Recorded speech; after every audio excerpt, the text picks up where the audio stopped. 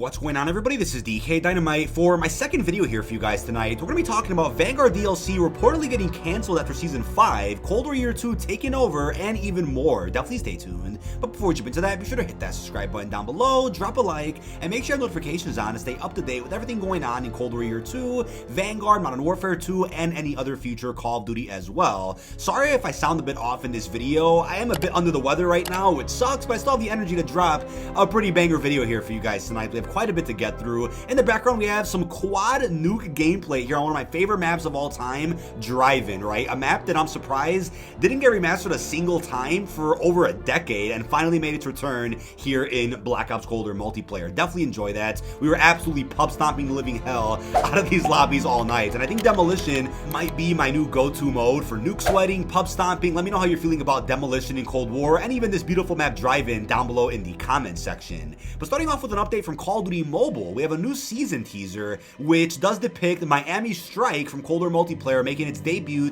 into the mobile Call of Duty experience. And the new season will also come with the Park Operator as well as the MAC-10 SMG. And we also know that the Casca from Black Ops 4 and the Cold War map Satellite were also found for COD Mobile. Gameplay was posted early for that over on Twitter, but it doesn't look like that'll be included with this new season of COD Mobile content. I'm kind of surprised they didn't go all out and just drop all of that right now, considering it does look like they have quite a bit of Cold War content on deck ready to go. I might as well put out a very Cold War centric DLC update for COD Mobile, considering Year 2 for Cold War is also in full effect right now for the mainstream Call of Duty series. But I'm kind of surprised about the daytime version of Miami debuting in COD Mobile, considering the teaser we got from Miami a couple of weeks ago did show the night version of the map, but it looks like they went with a bit of a Vice City daytime vibe for this new season of content. But definitely looks really cool. Let me know if you want to see more COD Mobile updates down below in the comments. We also have the well-known hackers over on Twitter teasing that the Scythe melee weapon coming to Cold War is apparently unlockable right now.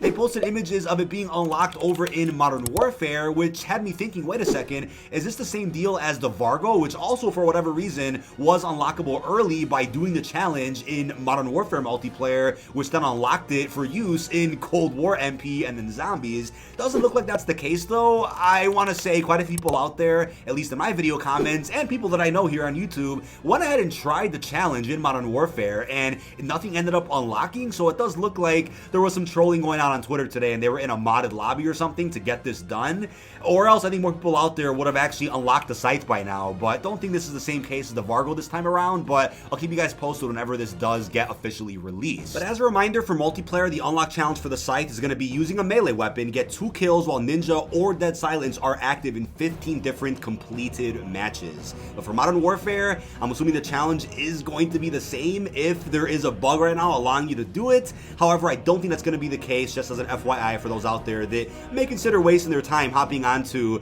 MW multiplayer, which isn't for the faint of heart. But now when it comes to the bombshell here of this video, right, we have a report from another infamous hacker over on Twitter, Scarface, who is claiming that Vanguard is basically dead. Any future content for that game that was planned is scrapped. Only 3 seasons left. If Modern Warfare 2 is in fact getting released in October, then yeah, Vanguard is done. So before we continue, I will say, yeah, this does make sense considering that when Modern Warfare 2 comes out, that won't be the same day as the release of Season 1 for that game. Season 5 or 6 will still be going on in Vanguard when that happens, similar to how it's worked in recent years, right? Season 6 of Modern Warfare was still active when Cold War came out, and then the following year, Season 6 of Cold War was still active when Vanguard came out, and then Season 1 for the new Call of Duty doesn't start until, what, December-ish? That's typically how it works. But if we're looking at an October release for Modern Warfare, then yeah, I could definitely see Vanguard only getting 5 seasons. Now, if you guys want some more proof of this, well, it was also posted by Scarface in this Twitter thread, in which we have images here of all the St. Patrick's Day content, the Leprechaun finishing move,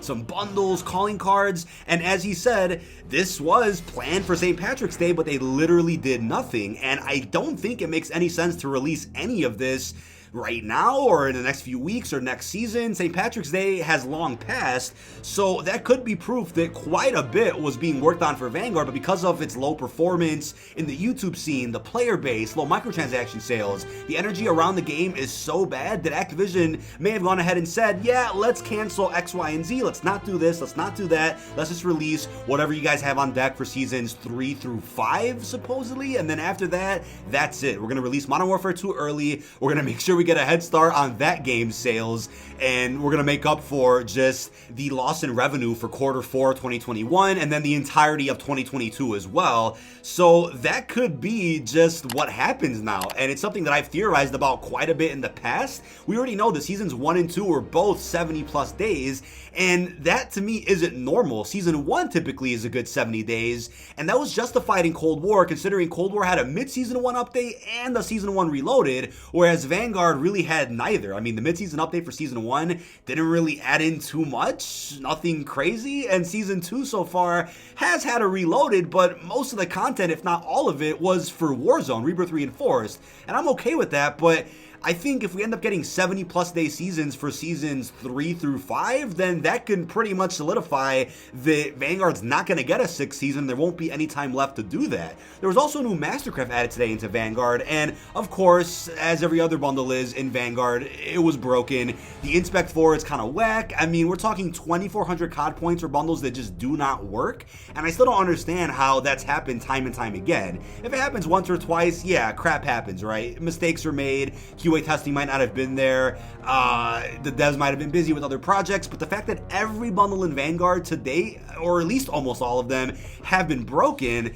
that just shows you just the actual time being put into that game right now. Sledgehammer's clearly occupied with something else, and I'm just going to keep safely assuming that it's that free-to-play game with building that's apparently going to release in the next year or two, because there's no way that they've expanded the way they did, and Vanguard is the output from all that expansion. There's just no way. Now, I definitely think Activision is just trying to score a home run right now before the potential Microsoft acquisition. I say potential because there is a chance it doesn't happen, but I think they just want to hit a home run with Modern Warfare 2, that game sales, those microtransactions, Warzone 2. They want to hit everything they possibly can before a lot of the executives step away once Microsoft takes charge.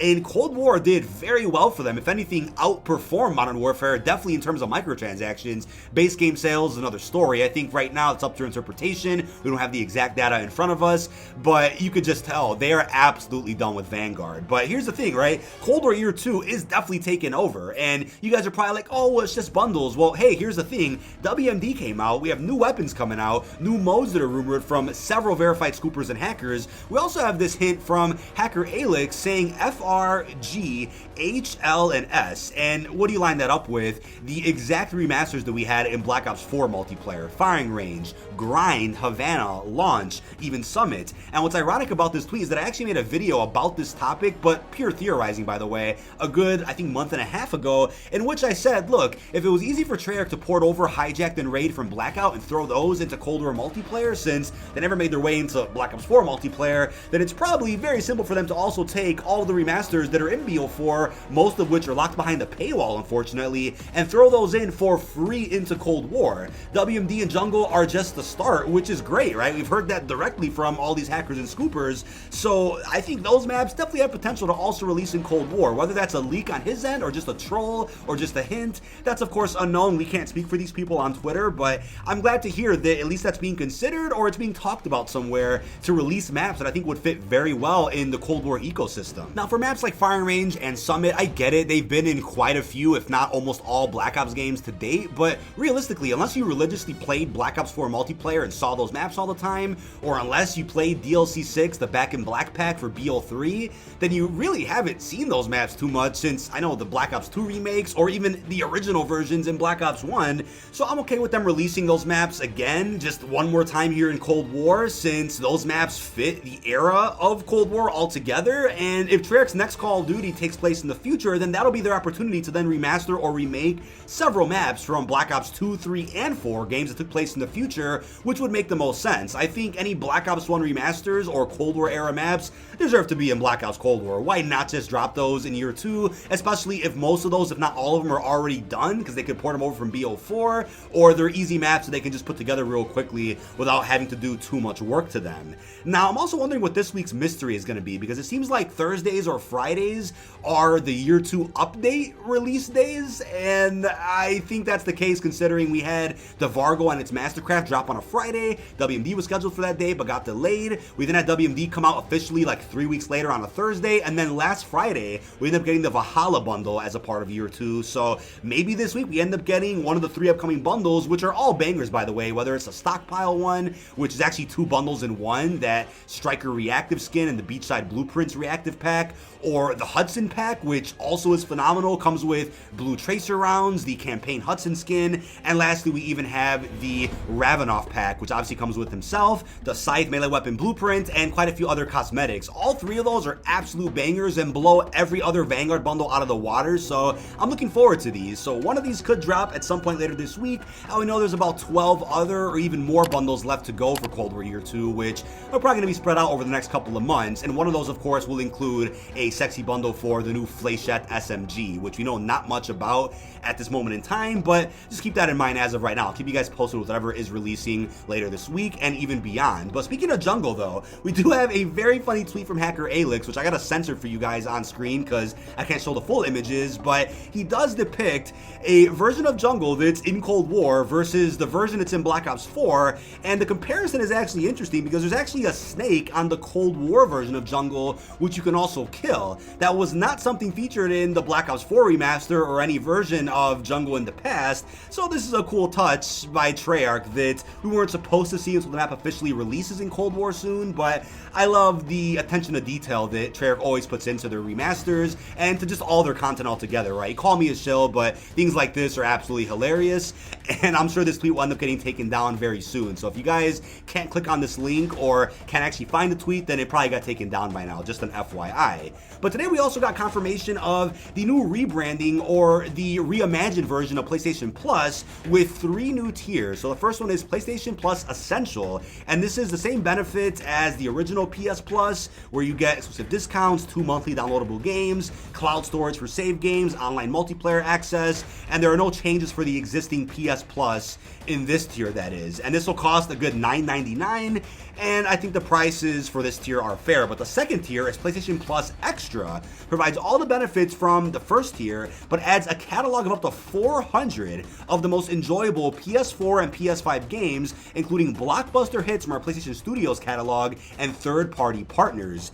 Games in the extra tier are downloadable for play. That'll cost $15 a month, and the other price breakdowns for other regions are also included in this screenshot, as you guys will see. But lastly, we have PlayStation Plus Premium, and this will have all benefits from the previous 2 tiers, but adds up to 340 additional games, including PS3 games via cloud streaming, a catalog of beloved classic games available in both streaming and download options from the original PlayStation 1, PS2, and PSP generations. Holy crap! Offers cloud streaming access for original PlayStation, PS2, PSP, and PS4 games offered in the extra and premium tiers in markets where PlayStation Now is currently available. Customers can stream games using PS4 and PS5 consoles and even PC. Time-limited game trials are also included and will be offered in this tier, so customers can try select games before they buy. That'll cost a whopping $18 a month with these other breakdowns, as you can see there. They've also included quarterly and yearly prices for those out there that are interested.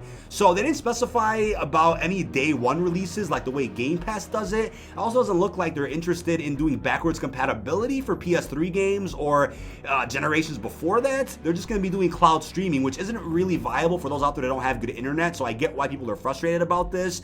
But you know how Sony is, right? They're a bit weird when it comes to evolving subscription services too much beyond the norm. So this is really just truly an add-on or an enhancement to how PS Plus already works. Not anything too crazy different like the way Game Pass works, but I'm sure they'll specify more in the future how this is going to work if they're going to do day one releases. But right now, it doesn't look like they're actually interested in doing something like that, and that's fine, right? There's no need to fully go on and copy or mimic the way Xbox Game Pass works, but I do appreciate and respect their ability to do something a little bit different for those out there that care about things like that. But lastly, also some updates on Activision. So first off, a bit of an update on the report that I covered in yesterday's video. We have that Call of Duty 2.0 mentioned in a recent job listing, which could mean a variety of different things, whether it's Call of Duty going to a subscription service, whether it's referring to that Disney Plus hub-like application that we talked about before, which is going to have all the currently active Call of Duty games on there. Could even be talking about more standalone free-to-play projects. We're not sure what that's referring to, but that mention of Call of Duty 2.0 has been deleted from the job listing. Charlie Intel also reported on this,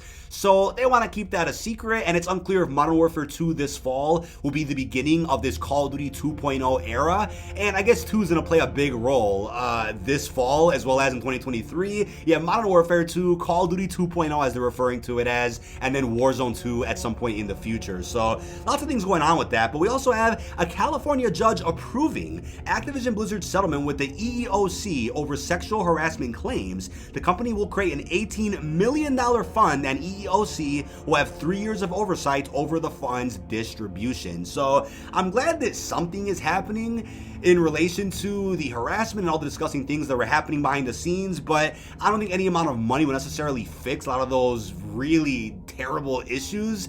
If anything, it's these executives that just have to go, the people in power that need to leave, and luckily with the Microsoft acquisition, a lot of them will be leaving, even though they'll have golden parachutes and more money that they can walk away with because they're leaving. It's still better than having them stay and deal with these settlements and probably repeat the same exact BS year in and year out, because that's probably what's going to happen if the Microsoft acquisition does not go through. But hoping for the best here, right? I'm happy for any updates that come through that can bring justice to the innocent men and women that have to deal with some disgusting things behind the scenes over at Blizzard. But that is about it. This has been DK Dynamite. Leave our thoughts down below in the comment section. What are your thoughts on Vanguard potentially getting cut short after Season 5? How are you feeling about Cold War Year 2 taking over? And also, what are your thoughts on the updates regarding the Activision Blizzard lawsuit? Really hope you've enjoyed, and peace out, everybody.